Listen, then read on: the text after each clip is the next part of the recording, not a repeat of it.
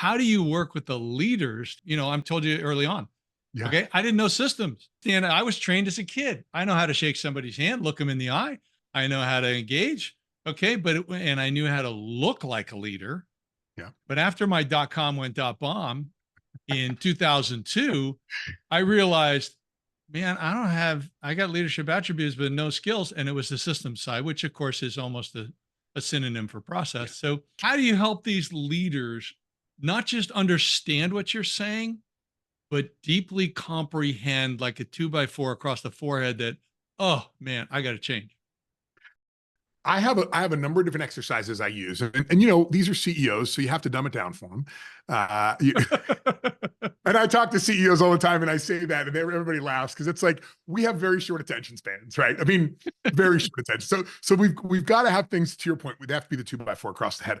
One of the things that I like to do is I love to and because I do a lot of Vistage speaking, and I get to do a couple of hour workshops, I love talking to them about when America was truly great. 1942 to 1947, 400% increase in GDP, unemployment rate of 1%, wages for blue collar workers doubled in the course of 5 years. In 1939, the US had the 39th largest military in the world. Our pride and joy of our military in 1939 was 50,000 cavalry troops, and we had no mechanized artillery, meaning horses. We had horse-drawn artillery. This is 18 months before Pearl Harbor. And somehow, from 1942 to 1947, there was this incredible transition where we became this world power, this domineering force.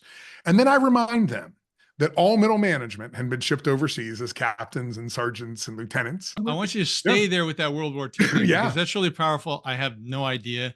I'm going to give you the gratis here that you got the facts right. But the key is, what drove the ability of the USA to go from where you're saying in 1939, where they're avoiding joining the war, to 1942 to 1947? What galvanized them? Yes. So think about it.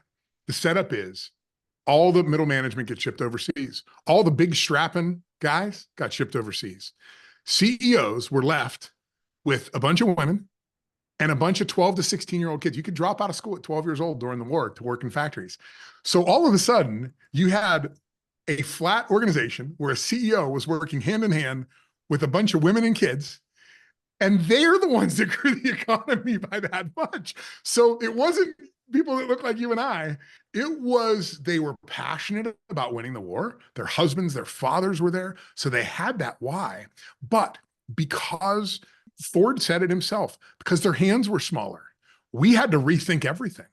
Women's hands are much smaller, so they couldn't use the tools. So it was CEOs had to go to the front line. They had to stand there side by side.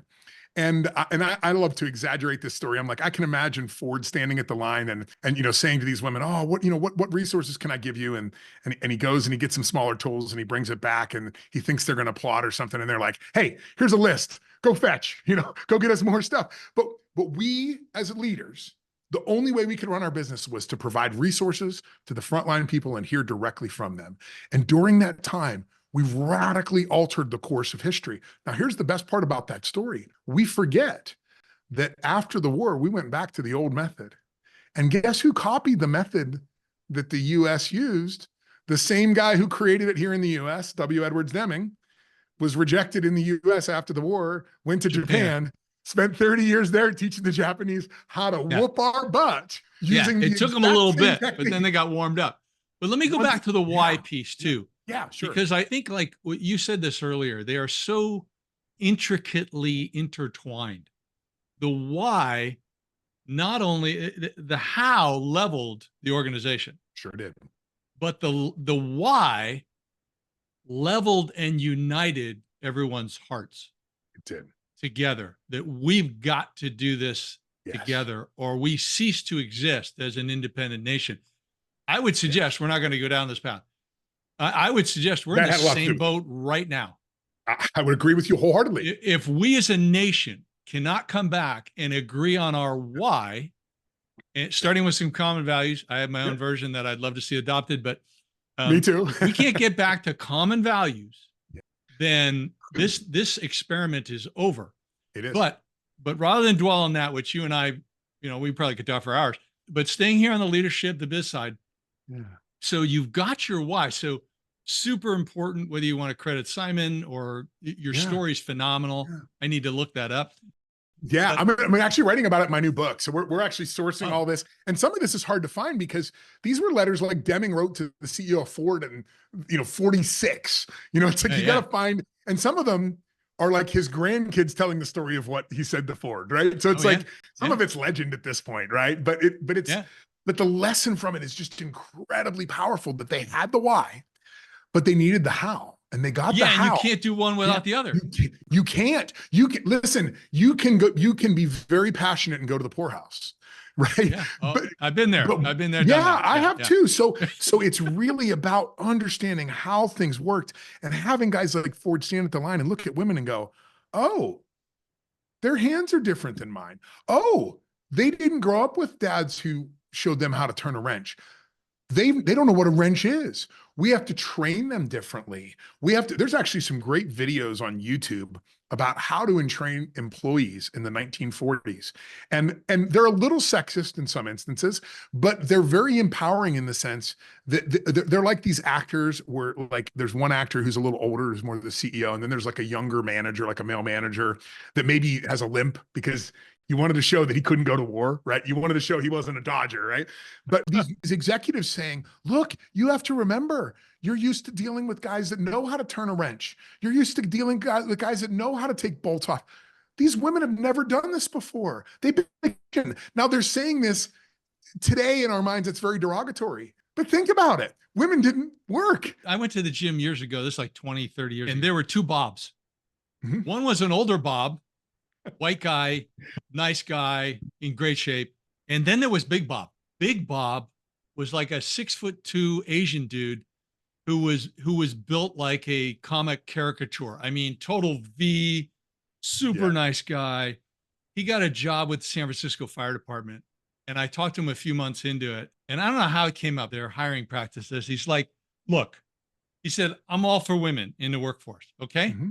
But we just hired a woman who's 95 pounds, going to carry a 200-pound man out of a burning building. That's right. This is just wrong. Right. Yeah. And we don't have to go there. I mean, but it's a really good point. You have to understand the physicality. Yeah, we want equality, of course, but we have to understand that her how is going to be different. You might have to provide her you might have to design, analyze the problem, design a method, a tool to help her do that work, train her in that, and then walk her through it. So it's not sexist. It's the least sexist thing in the world is when these CEOs, like you said, the 2x4 over the head, their realization that this great moment in time that we're all so proud of, there were no guys involved at all. It was a bunch of women and kids that made it happen. And it's sort of a little bit, demasculating there or whatever the word is. You're like, no, and I think this is really a good point to bring up. It's not at all because everybody was bought into the same values. Everybody. And everybody contributed where they could. They sure did. That is the key. Is that you get people to contribute where they can contribute best, not because they're a particular gender or their particular race. And we still had race problems in World War II. Regrettably, blacks were treated horribly and American Indians, I believe, also. But that's another issue that's wrong. But you don't put them in certain places because of that. But it's everybody had the same why. And that's why it came together. It sure did. Wasn't all this, oh, well, what about this? And oh, what about that? So you're at this why and you've got this company. So first of all, you got to nail the why. Mm-hmm. And if you haven't figured it out, you got to figure it out.